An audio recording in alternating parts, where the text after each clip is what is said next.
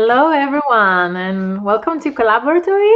This is the show where Mike Morris here is going to improvise an animatic with a little help from you in the audience. And while he does that, we learn about beautiful craft of storyboarding. We keep it casual, we ask questions, and this is all improv, and it runs on audience suggestions, so feel free to come up with your input. Mike, what kind of prompts are we looking for in the audience? Hey everybody, welcome back. We are looking for a couple of characters. We're looking for a setting and a conflict for those characters in that setting. So first of all, thank you for coming on the show. This is Alessandra. Would you mind introducing yourself a little bit? Of course, yeah. My name is Alessandra Sorrentino. I am a story artist, most of all. I've been working in the animation industry for the past 20 years. These days, I'm working as an art director. I started my career in 2D animation, so I've done pretty much everything, but we can chat about it. Oh, yeah, for sure. So we met not long ago, and I'm so glad to have you on the show because I loved your work. It was really, really, really, really awesome, especially some of those storyboards that you had from Song of the Sea, which I was like, oh my gosh, these are gorgeous. Yeah, that was one of my favorite projects for sure. Yeah. So having, seen a bunch of the work that you've done over a bunch of different studios in different countries, like how is it being, kind of bouncing around between that? Mm-hmm. Yeah, I think I was lucky enough to be able to, especially because I was doing both 2D animation and storyboarding. Sorry. I was lucky enough to be able to jump from kind of one thing to another and one kind of project to another. So I've done feature films and TV shows and commercials, pilots, and one of the first studio that I worked with was Cartoon Saloon, where I worked on this movie here, Secret of Kells. And that's a very interesting place because it is a feature animation studio, and it got much bigger with the past 20 years, but it kind of still works in a way that feels very independent, feels very family like. It's a that I really love. It has structure, but it has less layers than a big studio like Pixar, for example. So when Pixar, I really saw a big difference in the way that just the pipeline works and approvals, or the way you relate to your team or you talk to your director. So there's a lot of layers. Yeah. I've only worked in features when I was an intern on The Princess and the Frog, but yeah. It seems like it's a very highly structured path that you go along and at a feature studio, where TV is very highly structured as well, but it's a much more immediate and quick, and you've got to be on your toes a lot of the time. I think a little bit more than features, where you have a little bit more experimentation time, I think. Yeah. I mean, you have to be on your toes for different reasons, I feel. It is TV and feature are super different in terms of the role of the story artist. You do very different things. There's different expectations. In TV, you have a script and things are pretty much decided. So you are a storyboard artist in terms of you take the script and you visualize it, you do your pass, and you can give you can plus it, you can make it look beautiful, but there's less liberty in terms of storytelling. Things are kind of set a little bit more in stone on TV, and in feature you are a story artist in terms of you're a bit of a writer. Like, you really shape the story, and the story changes through space of 3 years of production just for storyboarding. And you go through screenings after screenings, and the story changes. every 12 weeks you get a new rewriting, and so you really help shaping the overall story of the movie that you're going to watch. You're very much part of it. So I like that. It feels a bit more holistic that way, I feel like, where I mean, props to animation TV writers, because they have to really, really, really be on their game, and have some scripts that are really fully, solidified, and as opposed to just kind of guessing and trying this and trying that until you get the right thing. So it's a really interesting idea, though, to be the difference between storyboard artist, which is more about the execution of it, than story artist, which is more about like the actual storytelling of it, and what goes into the story and what doesn't go into the story. Yeah, and I think also in feature there's differences in studios. So, for example, we were talking about Cartoon Saloon, and I worked with them recently again. It's nice to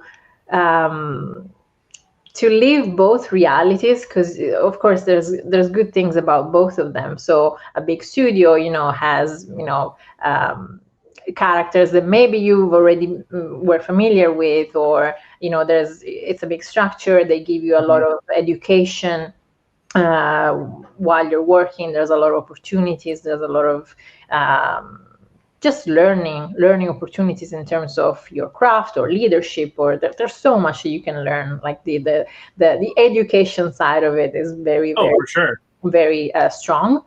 And in a smaller independent studio, it's easier in terms of, I don't have to go through a lot of layers, a lot of politics sometimes.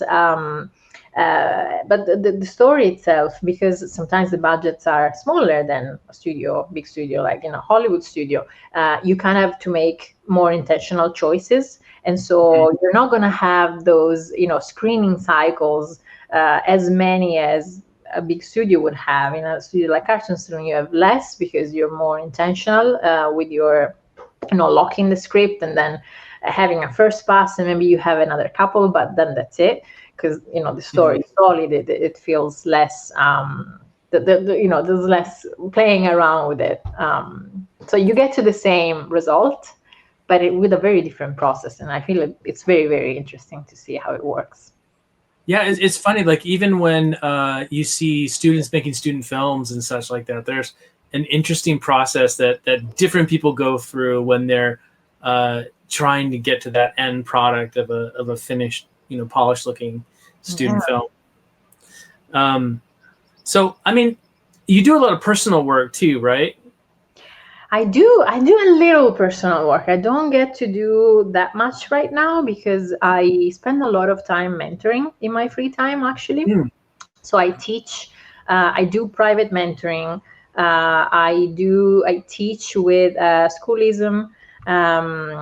It's a great platform. There's so many amazing courses. Oh, yeah. I have 2 courses there. One is called Storyboarding for Feature Animation, and one is the advanced course for storyboarding for feature animation. And so I have live classes. I have a lot of time that I spend with my mentees, and it gives me so much. Like, many times it's my lunch break, literally. But I love being with them, and with many of them it's a long collaboration. We've been together years, and I love seeing their growth, and it really gives me back a lot, because I learn from them as well. So that's most of my free time after work. That is not work, but it's kind of work. And then drawing for myself, I think it resorts to 2 things. It's 2 things that I love doing, and I also love giving it as an assignment to my mentees. I do a lot of gesture drawing, and even if it's not live drawing from like in a class live, I love doing it from the computer, like while I'm sketching on my Cintiq. I have it on the other monitor, and that still counts. It's still a really, really good exercise, as long as it's quick poses, 1 minute, 30 seconds, like really just to warm up your muscle. And the other one is sketching from film. Some people call it reverse storyboarding. So when I'm on the couch and I'm watching stuff, I take my notebook or my iPad, whatever, and I thumbnail a sequence. So I stop it and I try to kind of understand how a sequence has been built, why the camera moves that way. It's a great exercise for composition as well, because your eye gets, trains itself to find where your eye as the audience falls on the composition. And so I like doing that. So it's more like a relaxing way of cultivating my art, but it's work and it's not work. Yeah. It's a very fine line. Very fine line. Yeah, I find that I don't draw for myself as much unless I have an idea that I'm dying to get down on paper. And that tends to be a lot of what I do as far as free time when I'm not actually working. Mm-hmm. And so other pursuits like 3D modeling has started to become a thing for me because of 3D printing. And some of that stuff, it kind of expands your art into other areas besides just storyboard. And I think that's healthy, being able to get into multiple mediums, sculpting and things like that. And I think sculpting helps with drawing too, because then you get that much more three-dimensional sculptural quality to the drawings themselves. Absolutely. So, anything come down the line yet from our audience? Yes, it looks like we have a setting. Setting is a garden. Garden. Then we have characters would be squirrels and rabbits. And the conflict. Gang war. The conflict. Squirrels and rabbits fight over planted veggies from an old lady's garden. Aha. So this is we're doing West Side Story. Is that what we're doing? Basically. with squirrels and bunnies. Yeah. We also have an alt. We also have a cat burglar stealing a diamond. So this lady is wealthy.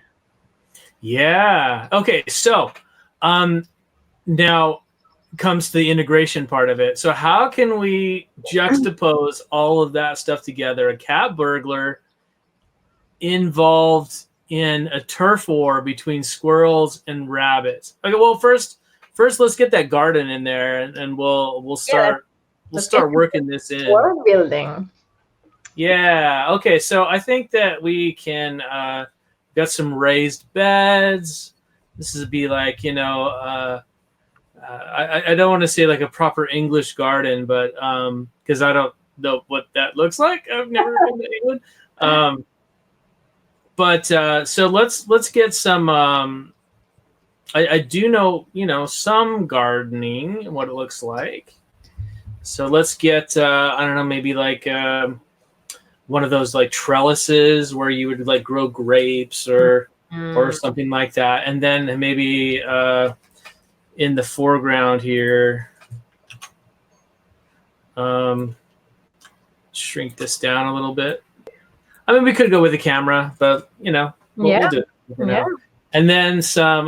Let's put a tree over here, like a big oak tree, and a nice, Nice overlay. Always nice to see. Yeah. Foreground element. So foreground elements. We got some big carrots, lettuce heads. Yeah. And then we'll put like tomatoes. Those those like those cages that you do for tomatoes that look like a big cone. Mm-hmm. And then of course beans and some other things. and maybe a little garden path that we can put through right here, and then the trellis, and then of course scrubby bushes and flowers and such on the outside, because we're not we're civilized folk around here. Looks like you've been there already. My grandma used to keep garden. Hmm. And my mom gardens too, but she does a lot more container gardening. So I guess the raised beds are kind of more like along her line of stuff. So let's pop a little bit of a line over this, so we have a better idea of what we're looking at, as opposed to just marker rough ends. So we'll put some that's not exactly what it's supposed to look like for carrots, but that does the job. Huh? That does the job. It does the job, and that's what we're looking for. Because remember, audience, we've said this before: storyboarding is about clarity. It's not about beauty. A lot of the time, beauty is a bonus. Beauty is a bonus. It's all about the idea. It's not about the pretty drawing. That's what I always tell my students, because of course everyone wants to be really precious about what they do and show what they do best. But many times I find that you run out of time because you've been polishing your drawing so much, and then you can't finish your sequence, or maybe you don't have enough time to try different ideas. So I always love working really rough at the beginning. Mm-hmm. Try, and I like to say fail fast. Like, try to really get all those ideas out of your pen as fast as possible, so that you can really have them in front of you and you can pick what's working best. Yeah, I like that idea, the philosophy of failing quickly, because whoops, wrong button. Okay. So, I mean, because that leaves a lot of, I don't know, I guess it kind of takes the pressure off a lot of the time. At least it sounds like it's something where you're not, like, perfection is not a requirement, Mm-hmm. which it never really should be. But, I mean, a lot of times I think we're our own worst critics when it comes to our art. And, especially those of us who like to compare against people that have been doing it for a long time, or whatever the comparison is, whether it's fair or not. I mean, obviously there's a level of comparison that needs to be had, because these are the people that work in the industry right now, and they're the people that you're going to be vying for portfolios against and stuff like that. So there is a valid concern there, but I think when it comes into like an obsessive sort of level, then you can hinder your own growth that way. It's really hard not to be that way, and I think it's kind of reassuring to know that it happens to even people who have been in the industry for decades. Everyone has that, imposter syndrome, or self-doubt kicking in.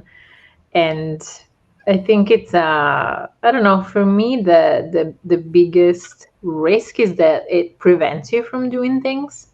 So it kind of, it never comes out of you, and you might have a brilliant idea, you might come up with an image that someone else sees on whatever social media, and it really inspires them to do something else, or makes their day a bit better just because they saw it. And it all comes to you just gotta let yourself be a little softer, a little bit more forgiving with your own perception of failure. And I love, when I say things like, gotta fail fast. I feel like the more I say it, the less power that word has to me.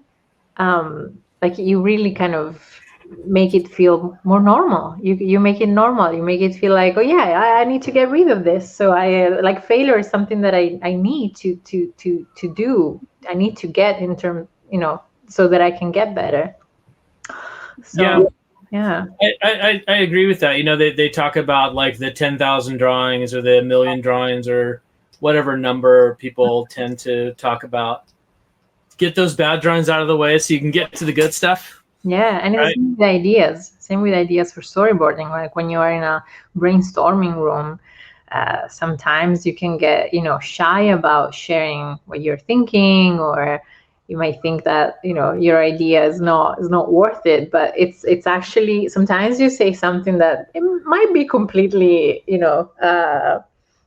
silly or crazy, but that idea leads another person's to build up on that, and then you come up as a group, as a team, with the idea that actually is the winning idea. So everything is really everything is important. Look at that, it's taking shape. That looks very peaceful. Yeah, and they'll put whatever plants out here. We'll say this is chard and onions and stuff. And then we'll put on the back side of the fence behind here, we'll have these big overreaching, branches from a huge oak tree that kind of come over everything. Mike, what is your favorite thing? Like in storyboarding, that sometimes you kind of enjoy more one genre of storytelling than another. Like for me, I really love performance. I love anything with emotion. Because I started as a 2D animator, so I love anything that has to do with character, anything that I can really play with acting. But some people love comedy. Some people are really funny and they come up with gags one after the other. They're just some people love fast action and epic shots, really all about composition. So what I'm curious, what is your favorite? I like doing comedy. I like doing action adventure. But my favorite thing is when a sequence plays. When a sequence plays and it's feeling right, and it's going after its intended purpose. And then I think we should put like a little house back here or something. Aww. I love that. Some sort of, it's a very idyllic sort of environment. Yeah. Okay. But now we need a little bit of space for mischief, because mischief will find us very shortly. Mm-hmm. So let's duplicate this layer here, or duplicate this panel. And then actually, we're going to just put this on a different layer. I'm going to add... Let's make this color, let's give it a, I don't know. Let's see. If we make it pink, it's going to be like Easter bunnies. But so let's make a brownish gray as a background for this. And so now I'm just going to rough that in. So we'll just add. These are not going to be like earth-shatteringly great-looking bunnies, but Isn't it amazing? Like the second you popped in that bunny silhouette, you already have a story. There's already something happening, and there's so many questions. So cute.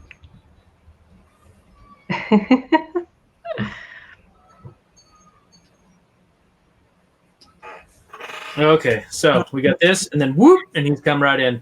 All right, now switching to a new panel. Mm-hmm. I think we need to get close up on this particular bunny and his, situation that he's in over here. We'll put, a little bit of the house back here or whatnot.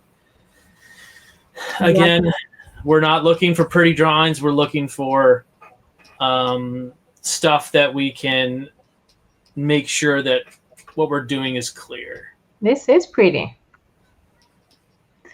I'm also glad you did that, because the question that I got immediately looking at the previous panel when you drew the rabbit silhouette was, who is this rabbit? What is he thinking? What is he up to? And well, yeah, I mean, those are the questions, right? And that is close-up material. Yep. I'm glad you did this. And, storytelling is often a series, and if almost not exclusively, a series of setups and payoffs, right? Yeah. You have that idea sort of ingrained in us, like this happens, and in turn that makes this happen, and in turn that makes this happen. And that's how things play out a lot of the time in real life, where you have something that somebody's doing that affects what they're doing in the future, or that affects someone else's future. Yeah.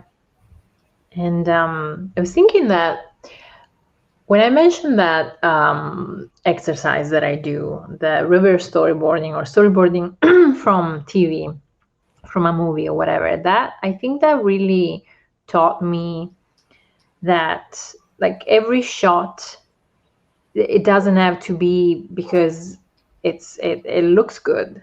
Every shot is an information that you're giving to your audience. So the reason why you're cutting, the reason why you're, literally taking the camera and placing it in another place, in another area, is to give a different information. So, like in the previous panel, we couldn't see well what this little guy was thinking, what his personality would be like. So this is a great way to give that information to the audience. And I think it's one of the things that we talk the most with my students, because of course, especially when you start, you want to do the cool shot, like the camera, underneath, a narrow space, and soft focus and all of that great stuff.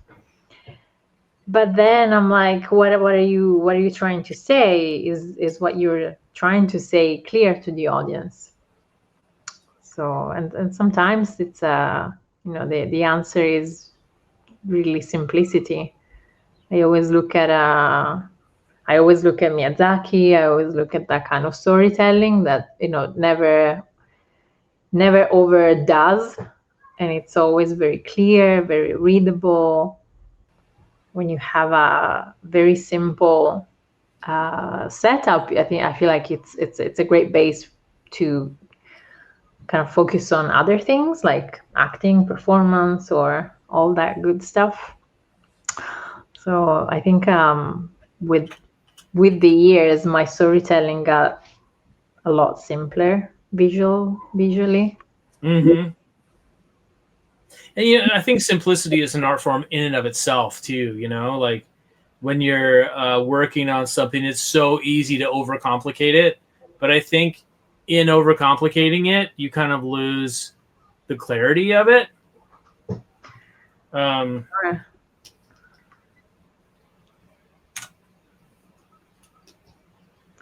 We got some mischief here.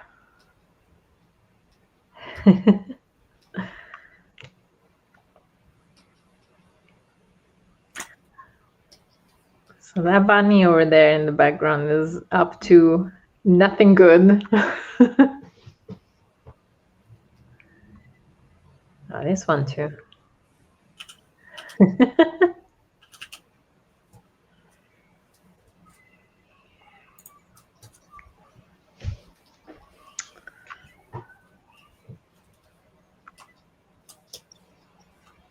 How long have you been working on Storyboard Pro? So I've been working on Storyboard Pro since version 1.5 a long time ago.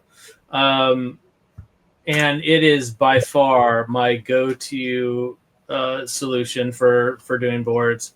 A lot of people swear by boarding in, an image editor or some other software, but Storyboard Pro just makes it so much quicker. The results are, it's just so much more malleable. And from what all of us understand in the boarding world, storyboarding is reboarding. And so when you have very, very malleable pieces like this, you can kind of like, mess with, then that makes things a lot easier for when you're storyboarding. For sure. And I think right now it's pretty industry standard. I don't think I have not encountered Storyboard Pro on a production on many studios that I've been at. It was always an option. I like that studios kind of give you that happens especially in feature films. I think in smaller studios, smaller productions, it's more they decide on a software and you kind of have to stick with that. But right. On feature, you have options, and I like that they let you be comfortable with what makes you, fastest, or just, And Storyboard Pro was always there. It was always an option. And personally, I like having a timeline. Yeah, me too. Yeah, because I don't know, and it's probably because I come from 2D animation, and I started on paper, flipping drawings physically, but then I remember that talking about 20 years ago, my first storyboard job was on like Flash 5. And oh boy. Yeah, and but I had a timeline, so I love the idea of having something as simple as, you have one layer and that's your background, and then you have one layer and that's where you handle your acting, and then whatever overlay. So my mind works on a timeline because I can flick through and see the action, happening before my eyes, but it also works kind of vertically because I really think about, like the way that they would shoot animation back in the day, where you have all your layers. So background, acting, characters, and an overlay. So I really like this interface. I think it's really intuitive. I really like it. Yeah, I would agree. All right, so we've got our guys in there. They're going to ground. All right, it's time to get stealthy. And so I think one thing that we should do, though, in this is I'm going to get out my my cutter tool, and we're just going to carve out a couple of things. Just this foreground element that we've done. And we'll just like cut that and pop it onto a top layer, just so we have a little bit of separation. And we'll put our bunnies here in the middle as they are, going to perform their dastardly deeds.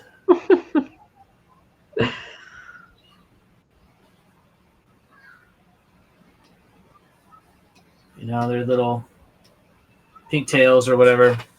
Do you normally draw with vector brushes?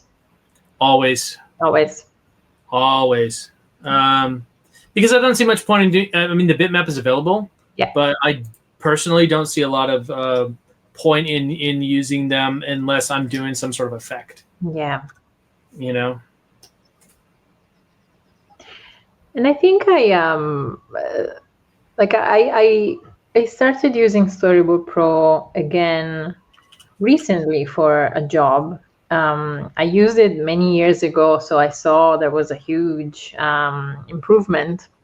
But I think that the thing that really struck me was the brushes. They're such beautiful brushes and so easy to customize, and they get texture. You can really, choose. I love calligraphy brushes.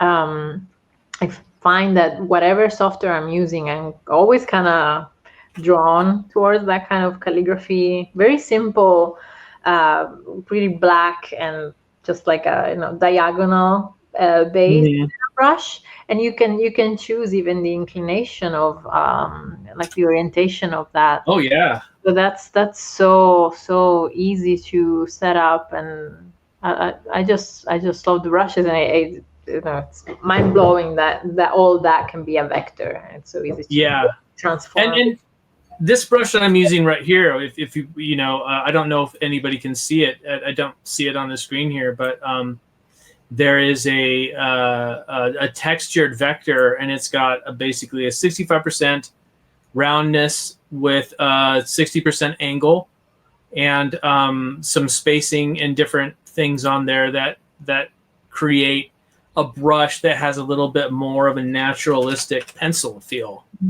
to it. So yeah, the brush engine is on point when it comes to what you can do with it. And a lot of the shortcuts that we use in different softwares, like the bracket keys and things like that, also work in this environment. Do you use the onion skin much when you storyboard? I'm using it right now.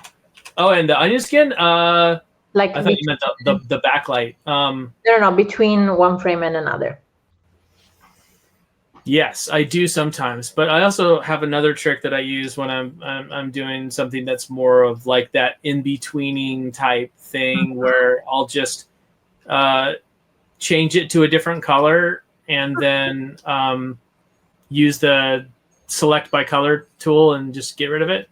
Oh, yeah. Almost like it used to do with like Polaris pencils. Yeah. Okay, so let's do this. We've got them kind of climbing up here, and now I think we're going to be looking at an upshot in the very near future here with that tree, and then we've got some foreground plants that are about to be pillaged.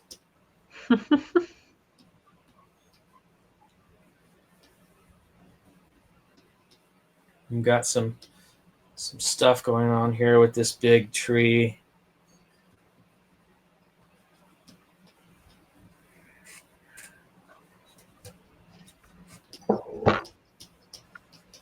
And then, of course, the hoops. Sometimes, do you ever notice, like, I don't, maybe it's just me, but when I'm drawing with, like, when I'm composing, I end up squinting quite a bit. What? Yeah.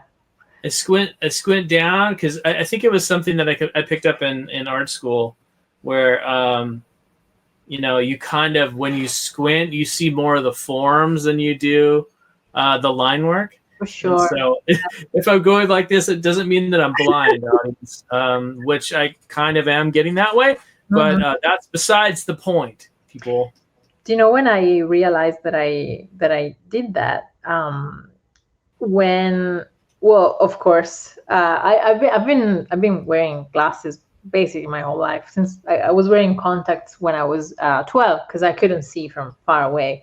But then that changes, and it turns into, I can actually see very well, really close to me, and and I found myself being really, really close to my Cintiq while drawing, because I couldn't focus that well. And so I actually found a sweet spot where things kind of blur, and I can really focus on like blocking my composition in really color blocks, like big chunks of elements. And then when I get farther away, I can see it very and so I can control, the detail and that kind of stuff. But I definitely do that, squinting equivalent to what you're doing, because sometimes you really get lost in too much detail, making things too precious, and you kind of lose the bigger picture, and you kind of lose track of, you know, where the eye would go, what it would see first, like if what you're trying to show is clear enough. So Yep, absolutely agreed. Because I feel like you know, there's like the two perspectives that you need to have whenever you're storyboarding, is the macro and the micro perspective, where you've got, what does this overall composition look like, as opposed to, now what do I need to add detail wise to make this clear? yeah.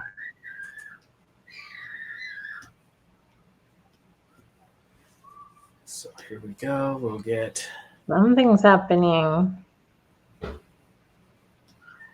I love the anticipation. I love that it's the years coming in. And then boop. We have a question from the audience. Yeah.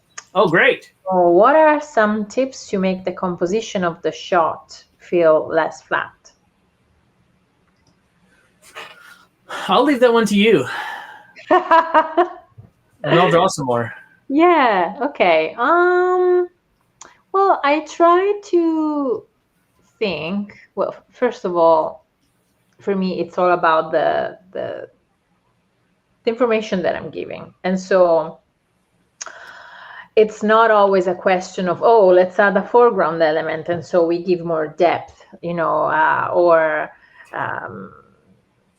you know, have perspective lines that, you know, really guide the eye towards the element that you want to highlight, but then they might be kind of, I don't know, kind of clutter your composition too much. So sometimes a very simple flat, I would say flat, kind of composition can work. So like, I don't know, right now I have in front of me on my wall, just in front of my desk, I have, like, you know, some inspiration, and I have a panel from the movie Nausicaa, and it's one of the first feature films that Miyazaki did, and it's the beginning of the movie where Nausicaa is just like walking towards a forest with all the spores, and I don't know if you're familiar with the movie, but you know, there's nothing that there is not flat about it. So, you know, there's no foreground elements, there's no you know, crazy like the camera is pretty eye level.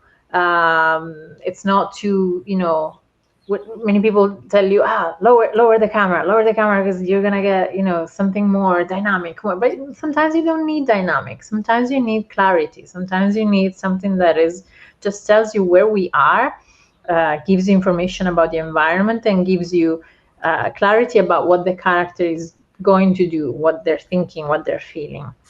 And it doesn't. Yeah, that's certainly the most important thing. Yeah, is the clarity. Yeah.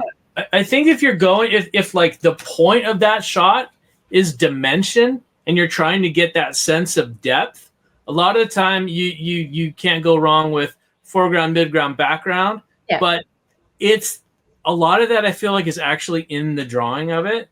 So the better that you understand perspective, the better that you understand how different elements will work together. I feel like photography is a great like master for that, if you want to learn that sort of depth. Like, and I'm not just talking about, oh, I took a snapshot with my iPhone the other day. I'm talking about, like, you know, going into you know, a place that has depth and taking photos and seeing what gives it that depth. Perspective, I think, though, is really the key that you're looking for in that regard. Yeah. And I mean, sometimes I try to imagine what would have I done with an iPhone as a kid when I was, you know, trying to come up with stories, and I don't know, my dad had this crazy big camera. It was so big that you had to carry it on your shoulder. And so because it was so big, because you could open it and put a VHS tape inside and record on it.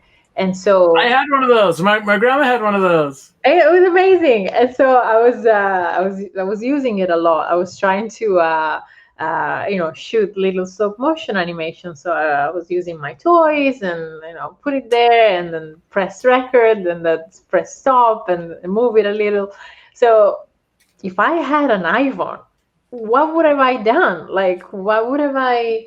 You can make a movie now with that easily. And so if you don't have any resources, everything counts. Like everything it works. Like take your phone, go on the park nearby and try to come up with a story just with images. And so try to think, what's the beginning, what is happening, if there's any conflict that you can come up with the elements that you can play with.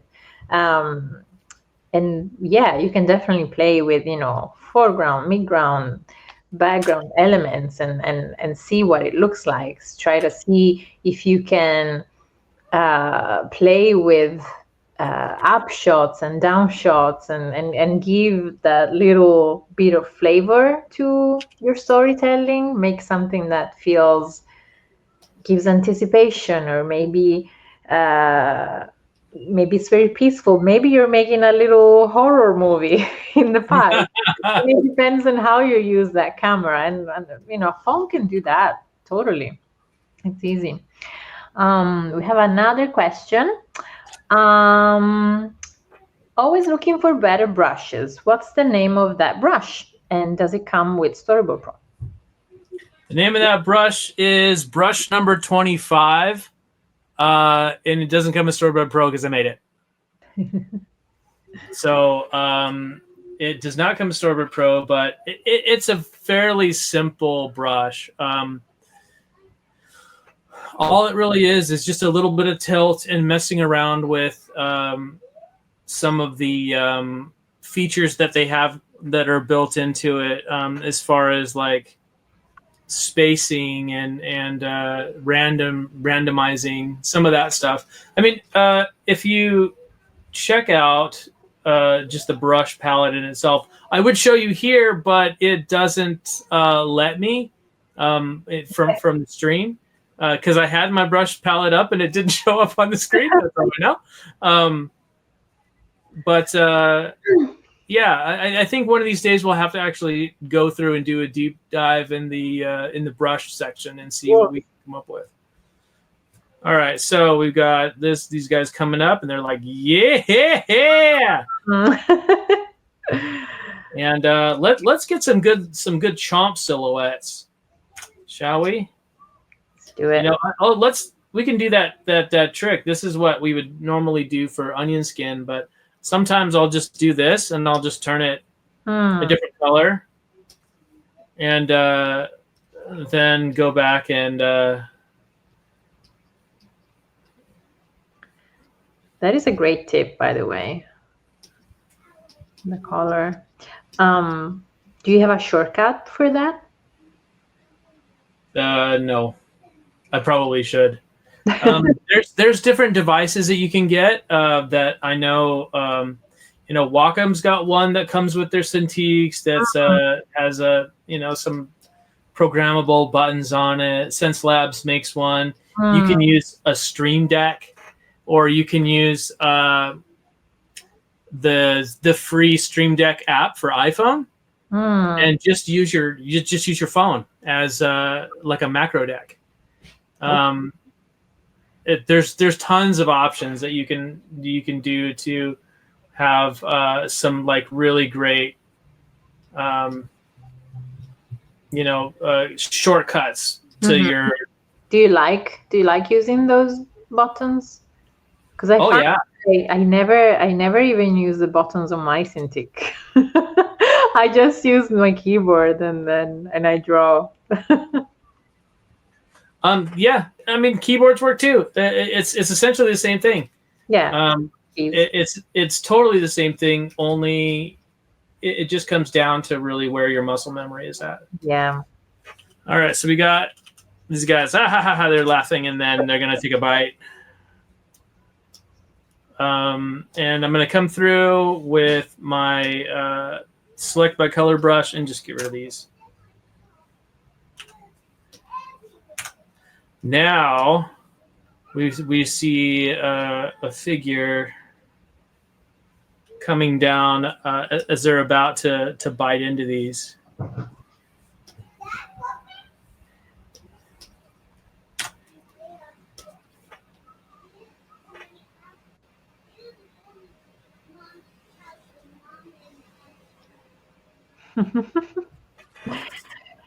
Who is this girl?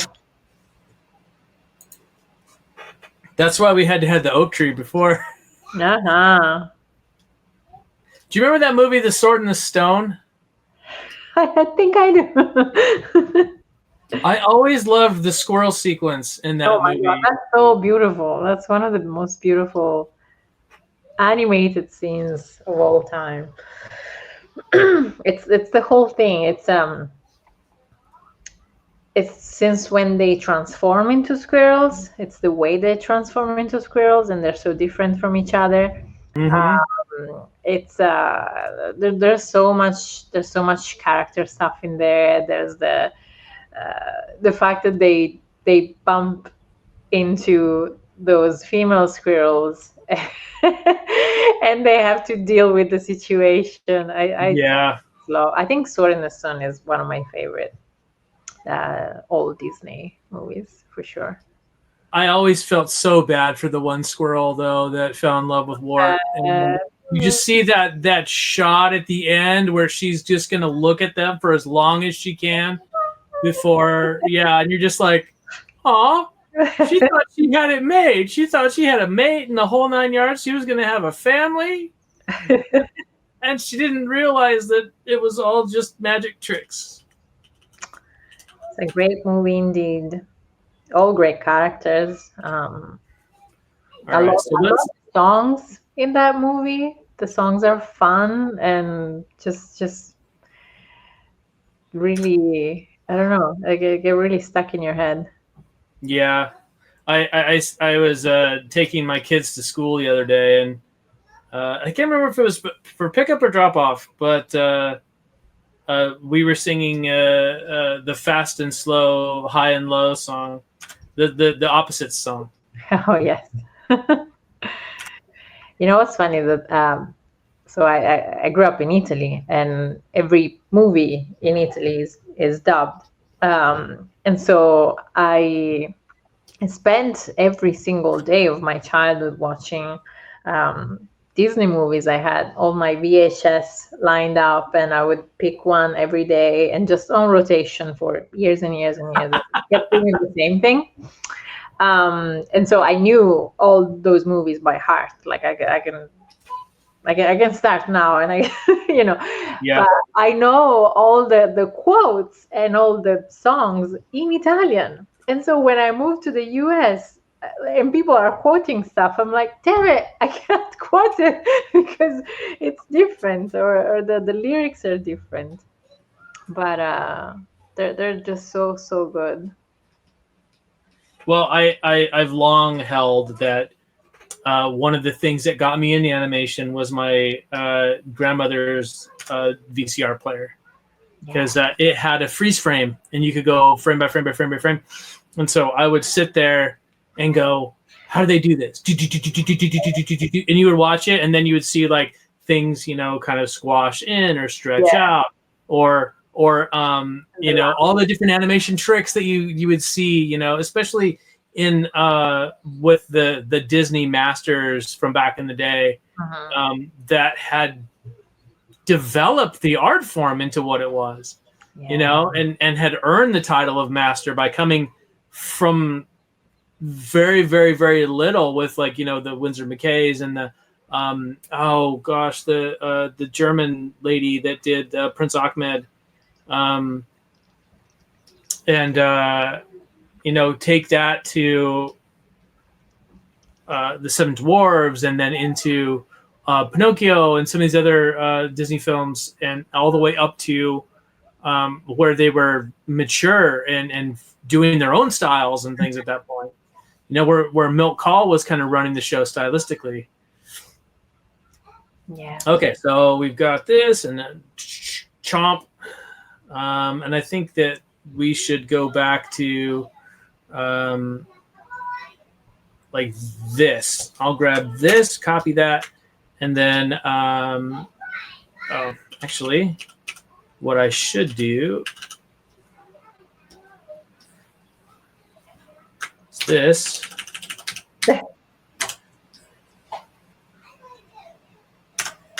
And then do that. Then we'll just change a little bit of this to where they're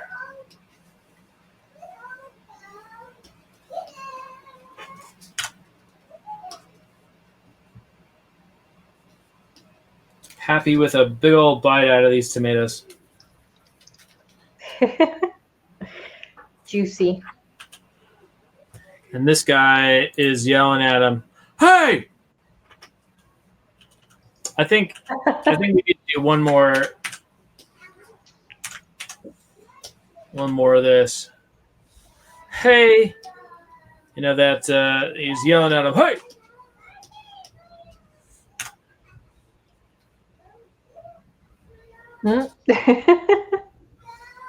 And of course the classic 2D cheat of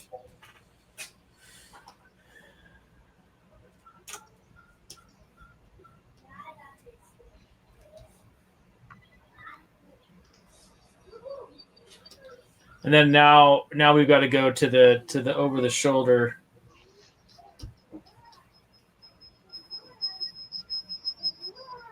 Oh, the squirrel. Yeah. Put the big branch in here in the foreground. And tail. And he's gonna look super tough. Menaced.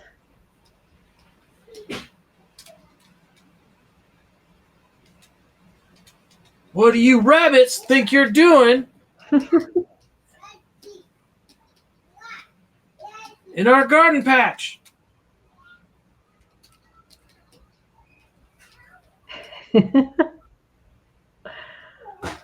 Let's have them like sort of half turned around, like not sure exactly what to make of this. And then,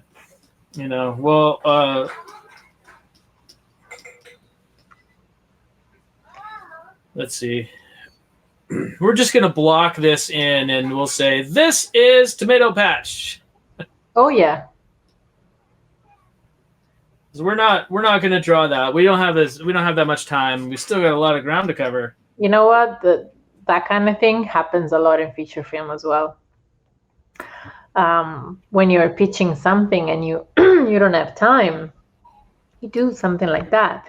And then when you're pitching, your acting, the way you're presenting it will compensate with what's missing. I've been in so many pitches where either I was missing some panels, or my friends, my teammates were missing some panels, didn't finish, but the pitch was so fun and it was so convincing that it completely compensated for anything that was not there. It made people laugh and you get away with it. Yeah, that's the thing. If your boards are funny, if they're working, then you have nothing to worry about. Yeah. So let's get that forward a little bit here, and we'll just fix a bit of that. Laughter really trumps it all. That's great. If you can get that laugh, you're golden. Especially if that laugh comes from the person in charge. Oh, yeah. He's shaking his fist, and they've got their, tomatoes that they're munching on right here. We'll make sure that they're represented. and all over the things. And then I think we need a nice, shot of our new squirrel friend here.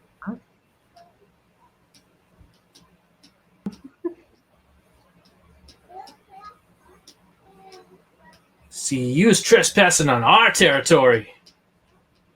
He's been there forever. Well, like one winter at least. I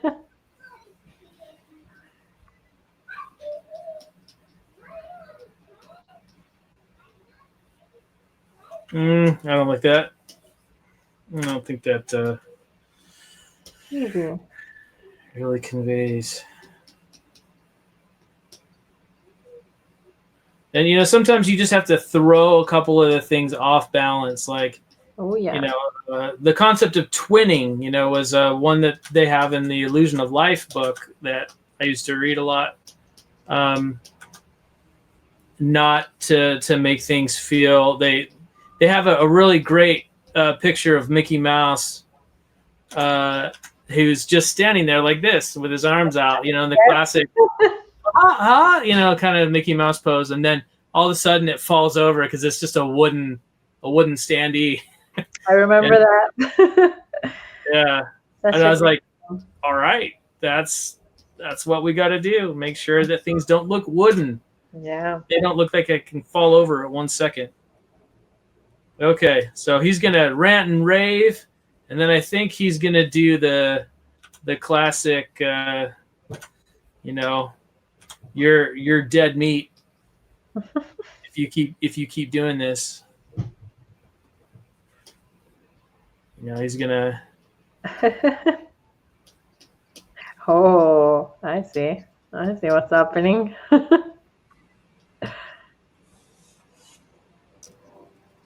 And sometimes you just have to go for the funny drawing too. Like in this case, I think we're going to try and do something where the squirrel is really going to try and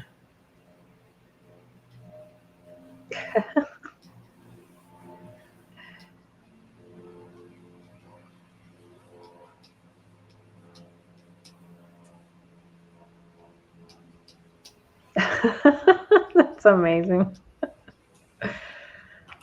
Yes, that's awesome. It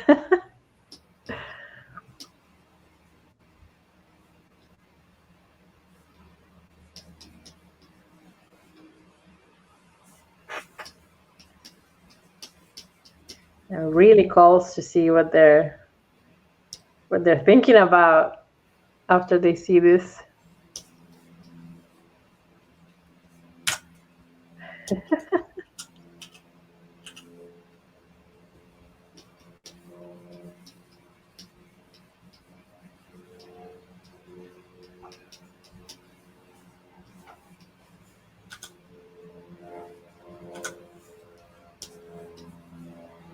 Do you ever record dialogue for your storyboards, for your animatics? Not really. Not for these anyway. But I suppose you could. It's really easy to do it in Storyboard Pro, but I just haven't for the most part because I'm one of those people who hates the way I sound on video. Yeah, it's pretty traumatic when you're working on a big production, and there's always a scratch audio. There's always the scratch recording before they do the casting and they get the final track. I personally like working with audio because it really helps me controlling the acting. And sometimes, you read a line on a script and you read it in a way with an intention and with a tone. And then the director was thinking about the same line, but, kind of with a different tone.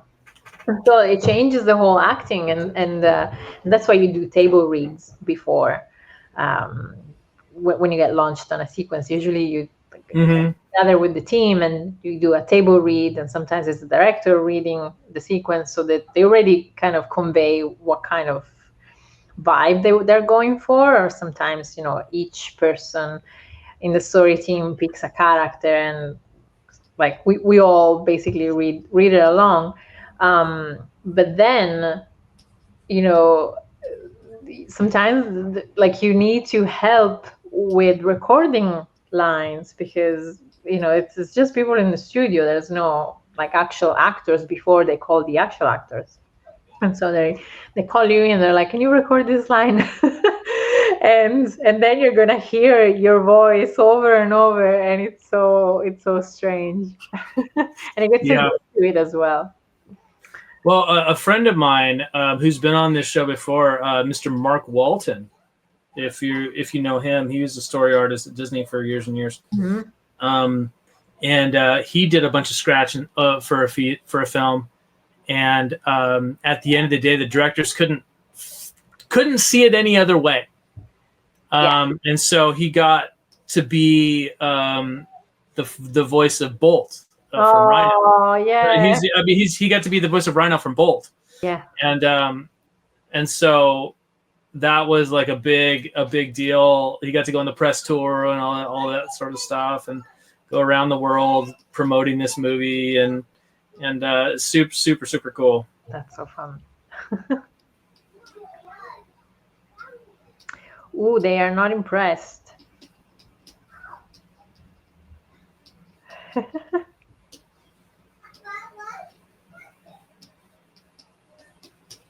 Let's put some stuff back here to show them.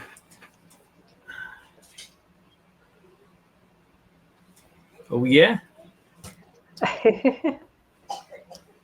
And then this guy is gonna just reach out and pick another one.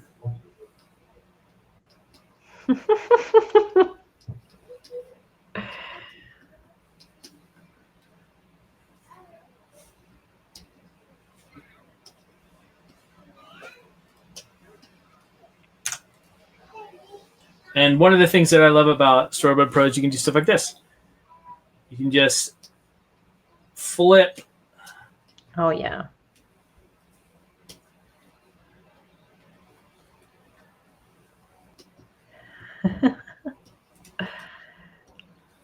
So he doesn't even care. He's going to waste them just to show that he can.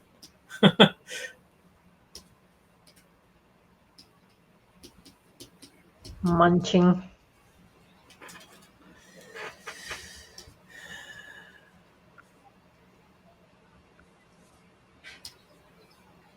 Just give you a time check. We are at -20. Okay, cool. So we're 20 minutes over, or we have 20 minutes left? No, we have 20 minutes left. -20. That could sound like that. Yeah. Just had to clarify.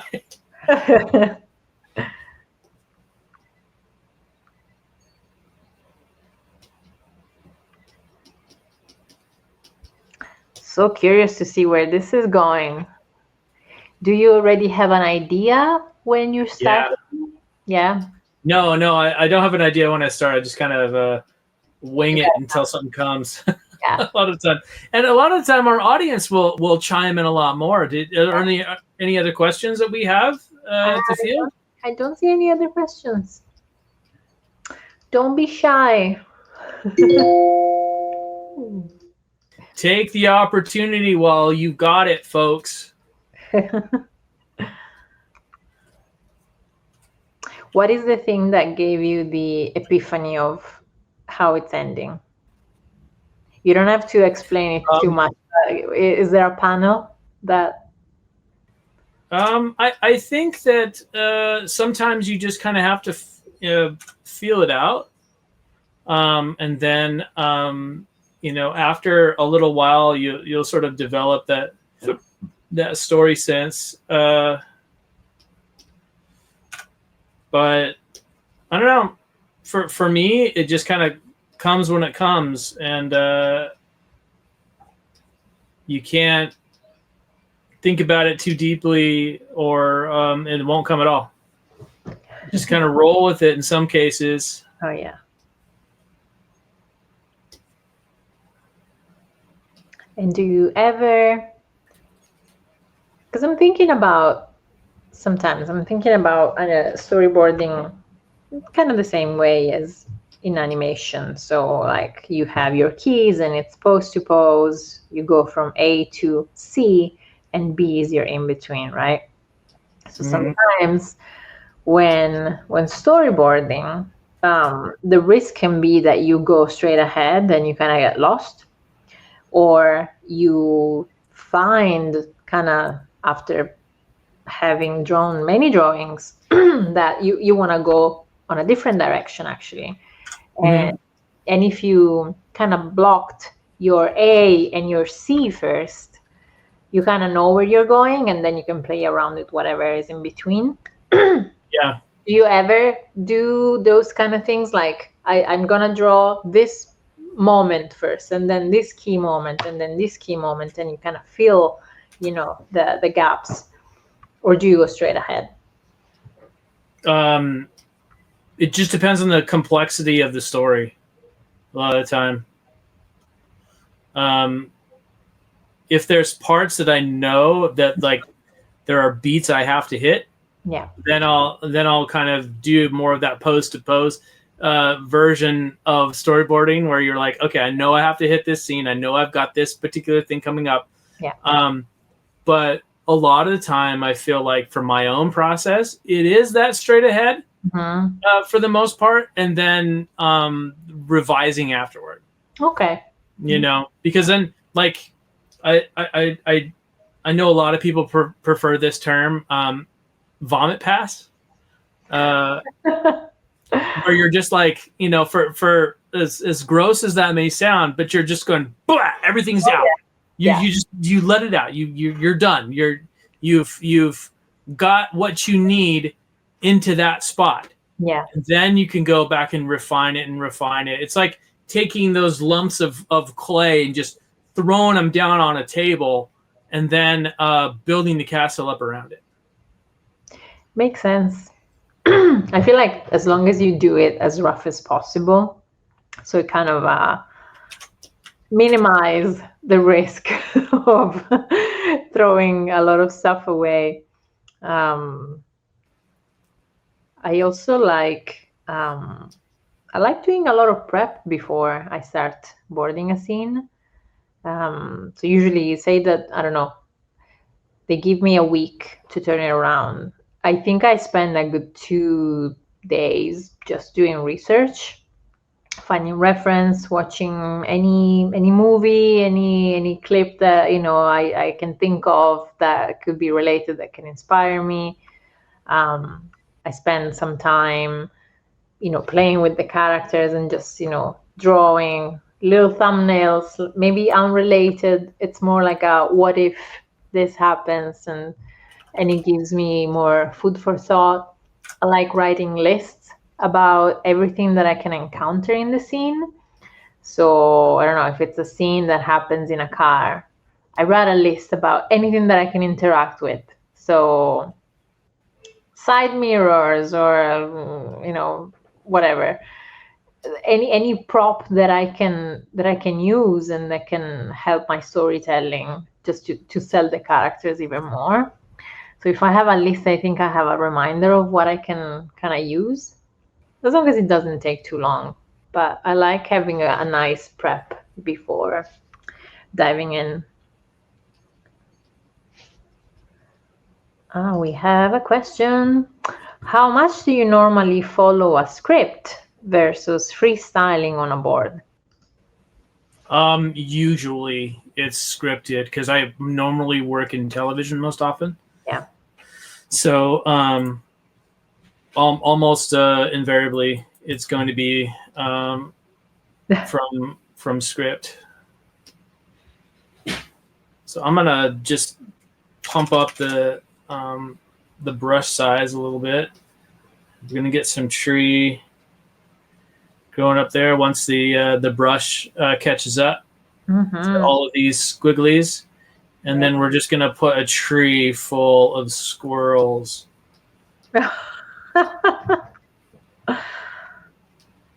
With their beady little eyes.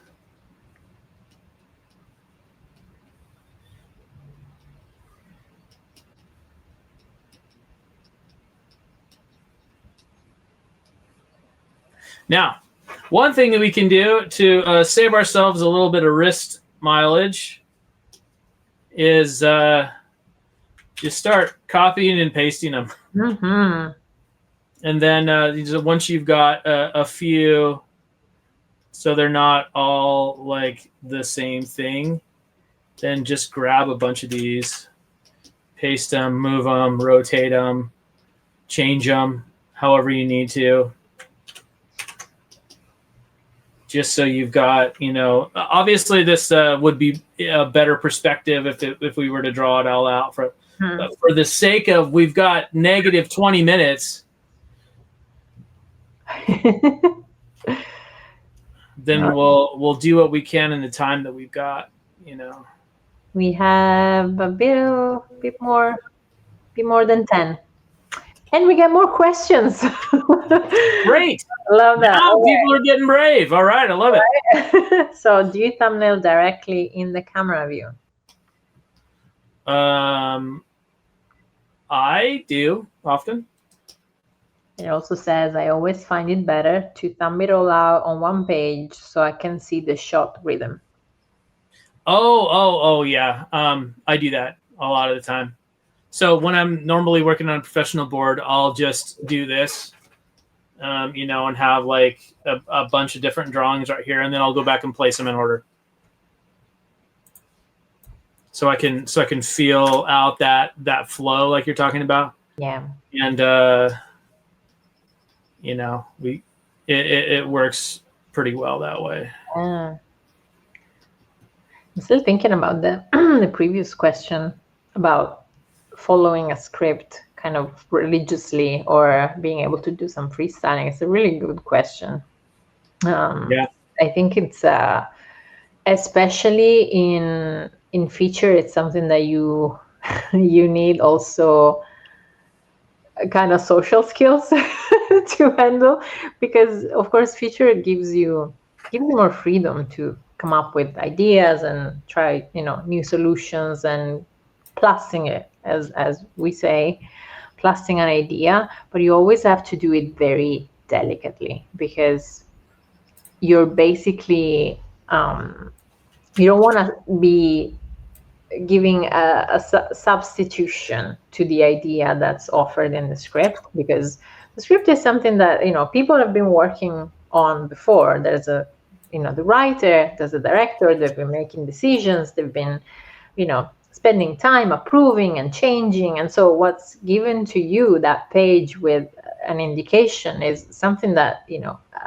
require time and energy and sometimes headaches. So you want to be very delicate when you offer a suggestion, and so always offer an idea as an alternative. It's literally we write alt. So you board what's on the script.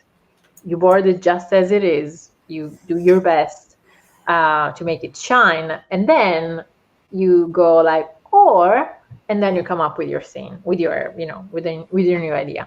Chances are, people will laugh. People will be like, oh yeah, this is actually really, really good. And it's always nice because you put it in a way that you're not trying to change anything. You're not trying to say this is not working, here's how I would do it. Yeah, there's always a lot of diplomacy skills that you need to have on feature, but in general, like, this job is it's such a small world, and everyone knows each other, and you wanna be nice. You wanna be nice and nice to work with. Yeah. Well, when I first went to Cal Arts, sat us all down in a room our year, and they were like, look to your right, look to your left, be really nice to these people because they're probably going to be working with you for the rest of your life. Yep. So That's true. So true.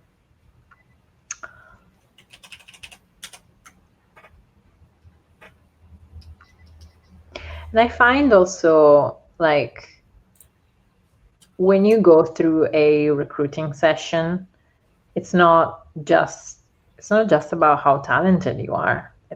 A lot has to do with your personality. So sometimes even the interviews are split in two. Sometimes it's about, your work, and you meet certain people in the team, then you meet other people in the team, because they want to make sure that you are someone nice to work with, someone humble, someone who can take feedback constructively, someone who can offer feedback constructively. When I was both at Pixar and Netflix, I have been recruiting because we were doing the mentoring program, and I was mentoring there. We got so many portfolios. We got, I think the last time it was about 1,500 portfolios, and there's so much talent around, of course. But I always say it's there's so much talent, but it's about your idea and how you communicate it. It's about your story, and only you can tell your story your way. And so I think a lot of our the points that we were checking, the boxes that we were trying to check when reviewing a portfolio were about personality just as about talent. So it's just really important to be nice. It is. Well, and to be reasonable too. A lot of the time, there's going to be clashes every so often because people are going to be really passionate about what they're doing, and so you're going to have folks that are going to be like, well, it's got to be this way because this is what makes sense to me, and another person was like, that doesn't make any sense at all to me, so it should be this way. Yeah. Because people are different. They come from different backgrounds. They come from different ideologies. They come from different worldviews a lot of the time. And it's often going to come down to what is the most universally clear. And again, talking about like being, good to work with and all that stuff. And being able to take criticism really well. Yeah. And because more often than not, people are not in the business of trying to hurt your feelings. Yeah, it's not about you. It's not. It's hard to not take it personally though, because ego is a big part of all of us, and we feel when we're pitching something, we have all those eyes looking at us, and it feels like we are presenting ourselves, which is a little bit true because it's our idea. But when an idea gets rejected, it's not about you. It's about the idea that doesn't work in the context of the movie. Right. It's a big exercise to kind of separate ourselves from the idea that we present. Yeah, it's the murdering your darlings thing that happens so often, and it's hard. And sometimes you'll miss it, and sometimes things will go on to the deleted scenes or whatever on something because it's still funny or whatever. No. All right. I have another question, if you want it. Yeah, let's hear it. Don't you think that nowadays we are asked to make more and more timing, editing, animatics, and layout with 3D boards? Yes. Yes. That has been a particular sticking point for the Animation Union, whose shirt that I'm currently wearing. So that has been a thing, and one of the things that kind of happens is sort of this creep that crawls in as technology changes. You know, Storyboard Pro makes it exceptionally easy to do animatics within its software, and so that's a great bonus. But at the same time, you get people that say, oh, well, I can save the production a ton of money by making these people do more than what their job is. And that can get really abusive, like, really quickly. So, yes, I do think that has been a job creep that has occurred in the industry for quite some time. Yeah. We have 3 minutes.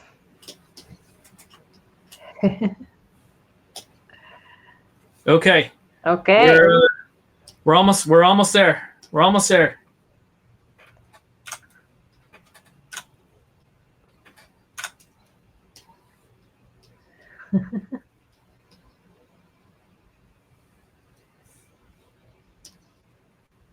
Can't wait to see this.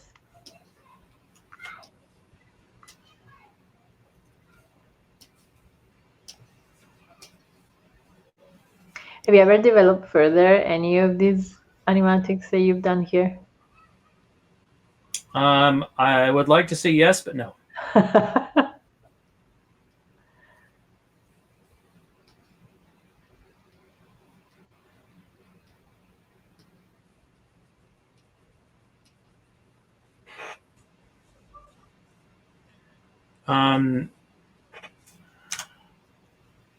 But you know, it's one of those things where it would be great if you had time, but sometimes you just don't. And we're gonna do a little in-camera trick that sometimes we do, where things kind of get blurred a little bit. And we'll do a new panel.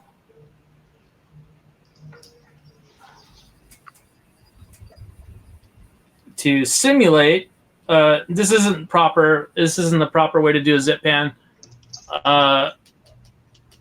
by a long shot. But this is what we're going to do today, because we were already in the negative 20 minutes, and now we're into positive 2 or 3. Oh yeah.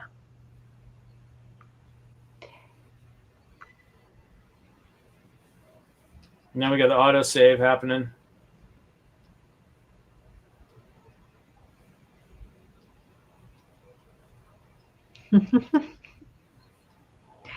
Oh, here she is.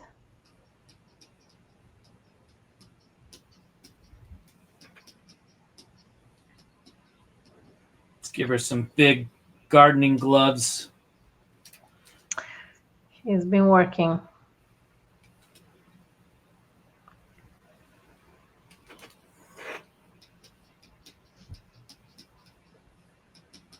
She's got her apron.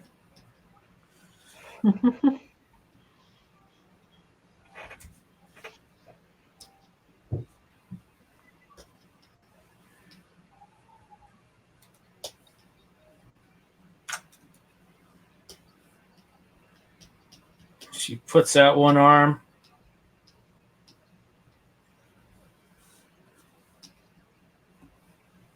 Actually, you know what? We're going to do this.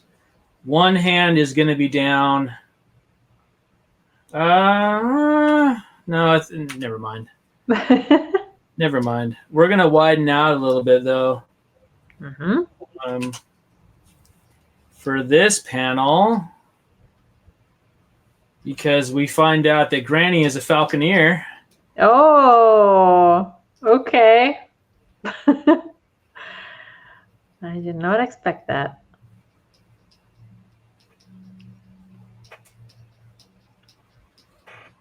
And falcons very conveniently eat rabbits and squirrels. Oh my God.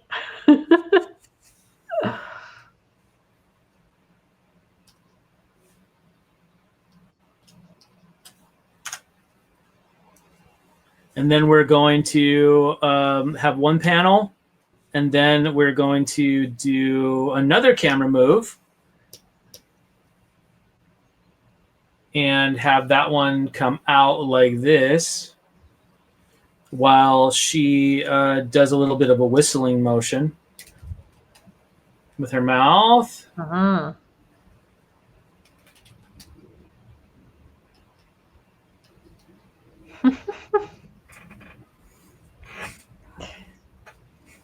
And then who's going to pop up? Oh, man.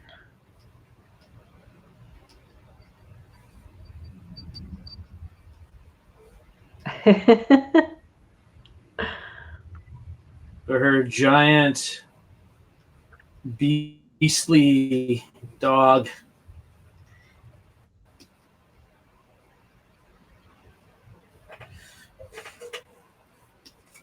Angry. She has a whole You would be too. army. You would be too if they were eating your vegetables constantly. All the ones that you've, been working on so hard.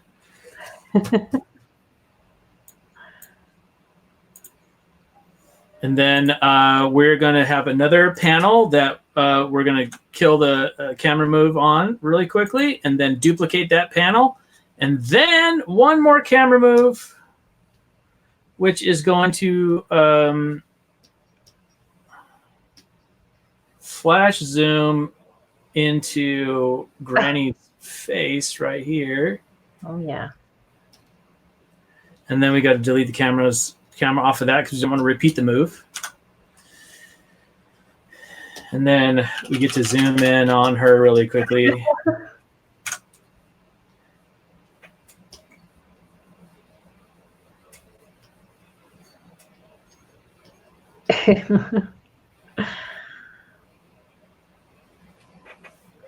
He knows what she's doing. Okay, I think we're good. Sweet. One more panel. Actually, we're going to put that on this level, and I'm just going to go like this and paint bucket to black. All right. Okay, let's see what we got. See what we got. Let's take off the light. All right, here we go. We start out in an idyllic farm village. And who comes around but a hungry bunny? And that hungry bunny is just panting. Oh, carrots, tomatoes, lettuce, everything. Yeah, that's a good find, boy. That's a real good find. What are we going to do now? Well, what we're going to do now is eat. And they come down and they start to go. And they climb up. Tomatoes, anybody? Ah! And then this one guy, and the squirrel comes down as they start to eat, and he says, "Hey, get your filthy rabbit hands off that tomato. That's for me and my boys." And he sort of touched one more tomato, and it's a for you. And the rabbits start to, and he eats another one. You and what army? This army? And all the squirrels kind of pop up. And then that's when Homeboy snaps his fingers, snap, and then all these rabbits come up through the garden path. And they lock eyes and, clash against one another's faces in this sort of split panel. And then they hear a, "You forgot one little problem." And they look over. "This is my garden." And then the hawk comes down. What? Oh, there we got a multiple camera move. Oh no. And then they start to growl. And it's nice that you've all gotten together in one place. Oh. And we cut to black and we just hear and hawk cries and all kinds of little squirreling sounds of terror. So good. I love the Tarantino split screen. That was so fun. Like, it was so great that you've done it in such a short time. How many panels is that? I don't know. A lot. You can see along there that, but you know, when you can use your tool efficiently, in this case, Storyboard Pro, you can have a lot of panels that don't necessarily reflect everything being drawn meticulously. Yeah. Very, very good. This was really fun. All right. And I think you've got one little script that we've got to read because we've got, well, first of all, do you have any projects that are coming up or that you would like to draw attention to? Oh, I definitely cannot talk about what I'm doing. I'm working on a video game, which is a new challenge for me because I've been 20 years in the animation industry, and this was not expected. But I'm art directing this project, and I'm treating it exactly like I would treat a movie, and so everything is very much story driven and character driven, and yeah, I just love. I have a great team. Yeah. And you have courses on Schoolism? And I have my course on Schoolism. Yeah, you can hop on schoolism.com and find my name. I have 2 courses. You can take it self-taught. You can download it, or you can have a live session with me every week. So yeah. That's pretty much it. You can find me. My website is alessandrasorrentino.com, and you can find all the info there. You can find me on Instagram. I'm always very responsive. I like connecting with other artists. So yeah, feel free to reach out. And for those of you who are in the Southern California area, I will be at Comic-Con Revolution in Ontario, California, not Canada, coming up on May 17th. And we're going to be doing some animation panels. We're going to be doing some, there's going to be a booth there if you want to come meet me in person. Nice. It's going to be a great time. Comic-Con Revolution is a fantastic show full of fantastic artists and vendors, and you'll have a good time. Lovely. So read the script. Read the outro script. I don't have it. Oh. We have the question. Oh, well, the outro script kind of goes like this. Okay, ready? If Mike Morris can do this in 90 minutes, think of what you can do in 3 weeks with your own personal trial of Storyboard Pro. Right, now you say it. Well, if Mike could do this in an hour, you can do this in Storyboard Pro in so many ways, and there's so many tools, and you can come up with your own movie. You can make amazing things. 21-day free trial of Storyboard Pro, people. And thank you for coming again. Thank you.